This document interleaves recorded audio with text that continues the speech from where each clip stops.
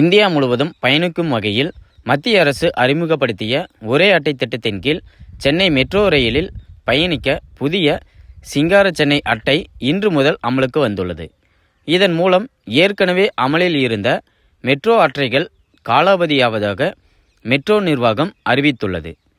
சென்னை மாநகரின் போக்குவரத்து நெரிசலுக்கு முற்றுப்புள்ளி வைத்து நாளொன்றுக்கு 3 லட்சம் பயணிகளை சுமந்து செல்லும் மெட்ரோ ரயில் சேவையில் இன்று முதல் ஒரு முக்கிய மைல்கல் எட்டப்பட்டுள்ளது.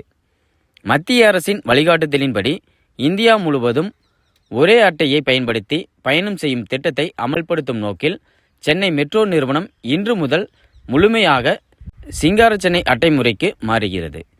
இதுவரை பயணிகள் பயன்படுத்தி வந்த பழைய மெட்ரோ பயண அட்டைகள் இன்று முதல் அதிகாரப்பூர்வமாக விலக்கிக் கொள்ளப்படுகின்றன.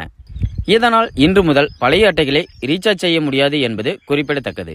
அதே வேளையில் பழைய அட்டைகளில் மீதமுள்ள பணத்தை பயணிகள் இழக்க நேரிடாது என மெட்ரோ நிர்வாகம் தெளிவுபடுத்தியுள்ளது. பயணிகள் தங்களது பழைய கார்டில் உள்ள நிலுவைத் தொகையை சென்னை மெட்ரோ மொபைல் செயலி மூலம் QR சேமிப்பு மதிப்பாகவோ அல்லது புதிய சிங்கார சென்னை அட்டைக்கோ எளிதாக மாற்றிக்கொள்ள வழிவகை செய்யப்பட்டுள்ளது. வண்ணாரப்பேட்டை முதல் விமான நிலையம் வரையிலும் சென்ட்ரல் முதல் பரங்கிமலை வரையிலும் இயக்கப்படும் மெட்ரோ ரயில்களில் டிஜிட்டல் பரிவர்த்தனைகளை ஊக்குவிக்க ஏற்கனவே WhatsApp QR ticket, red bus செயலி மற்றும் வங்கி கார்டுகள் மூலமான கட்டண முறைகள் புழக்கத்தில் உள்ளன.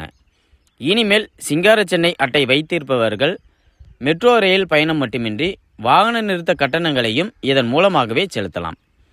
அனைத்து பயணிகளுக்கும் பாதுகாப்பான மற்றும் தடையற்ற பயண அனுபவத்தை வழங்குவதற்காகவே இந்த மாற்றம் செய்யப்பட்டுள்ளதாக தெரிவித்துள்ள அதிகாரிகள் இந்த இடைக்கால மாற்றத்தினால் பயணிகளுக்கு ஏற்படும் சிரமங்களுக்கு வருத்தம் தெரிவித்துள்ளனர்.